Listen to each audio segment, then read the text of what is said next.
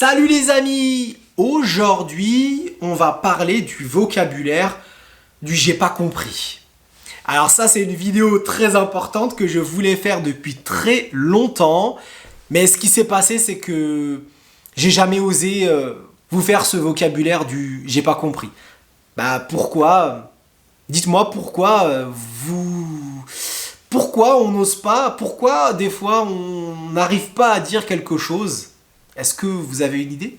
Alors ce qui s'est passé, c'est que je me suis dit le vocabulaire du j'ai pas compris, c'est un peu bizarre. Et finalement, j'ai bien réfléchi et je me suis dit si, je vais la faire. Parce que moi, si j'apprenais le français, j'aimerais bien savoir comment exprimer, comment dire à une autre personne qui me parle, je n'ai pas compris, est-ce que vous pouvez répéter? Parce que souvent on sait dire pardon, j'ai pas compris, comment, d'accord. Mais il y a aussi d'autres manières de le dire, des manières détournées, donc des manières un peu indirectes.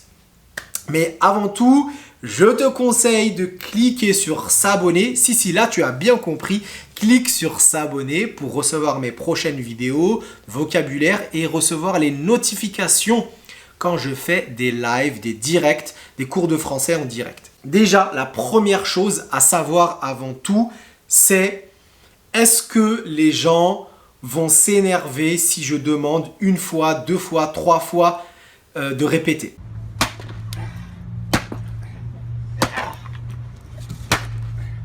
Alors, la réponse, clairement, c'est non. Ils ne vont pas s'énerver, ils ne vont pas être en colère, ils vont rester calmes.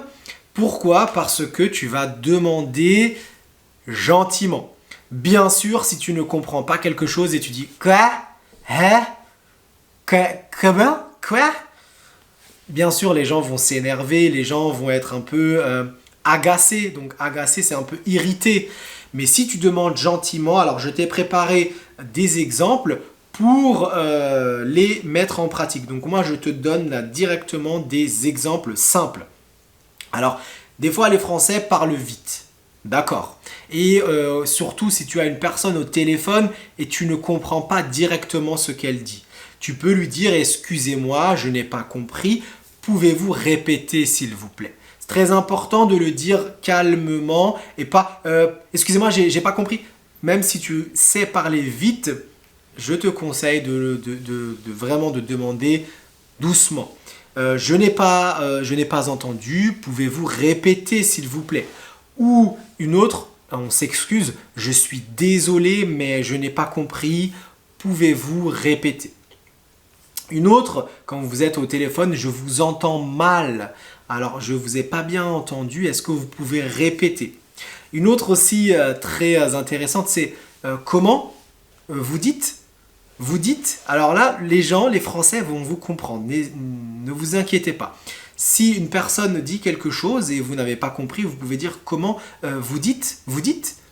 Donc là, la personne va répéter automatiquement. Vous dites quelque chose, comment? Et alors, une technique très importante, une technique que j'utilise même quand vous voulez répondre à une question et vous devez réfléchir. Et parfois aussi, si vous n'avez pas compris, vous pouvez dire « Qu'est-ce que vous voulez dire par là? Je n'ai pas très bien compris. » Est-ce que vous pouvez donner plus de précision ou plus de détails? Et la personne va expliquer un peu plus.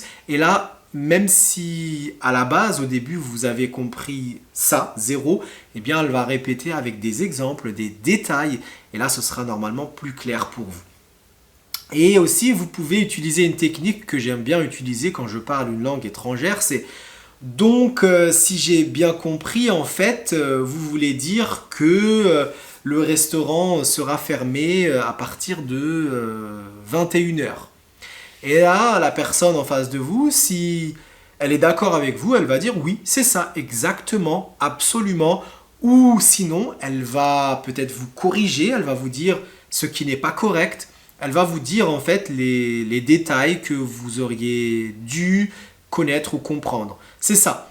Et c'est pour ça que ces deux dernières explications, ces deux dernières façons de demander, de dire j'ai pas compris, elles sont très importantes à connaître. Alors tu vas me connaître aussi avec le temps, tu vas comprendre, je donne toujours les informations les plus importantes à la fin. Si tu es resté jusqu'ici, eh bien tu le sais maintenant pour les autres vidéos, reste jusqu'à la fin. Donc voilà, on a dit à peu près les manières de faire répéter quelqu'un de manière respectable, de manière gentille, de manière sympathique pour garder un bon contact avec une personne. Car le plus important pour vous, c'est de parler un maximum français avec d'autres personnes, francophones, natives ou pas. Le plus important, c'est de parler un maximum. Et si vous ne comprenez pas, demandez. Il faut toujours demander à la personne qui est en face de vous de répéter pour vraiment comprendre. Déjà, cela va vous permettre d'éviter des situations bizarres parce que vous allez bien comprendre ce que la personne vous dit et vous n'allez pas faire d'erreur par la suite. Surtout si c'est votre patron, si c'est votre chef et il vous demande de faire quelque chose et vous dites oui, oui, oui et en fait vous n'avez rien compris. Là, c'est compliqué. Donc, toujours demander. Moi, j'ai toujours répété quand j'étais en Allemagne, toujours demander quand je ne comprenais pas.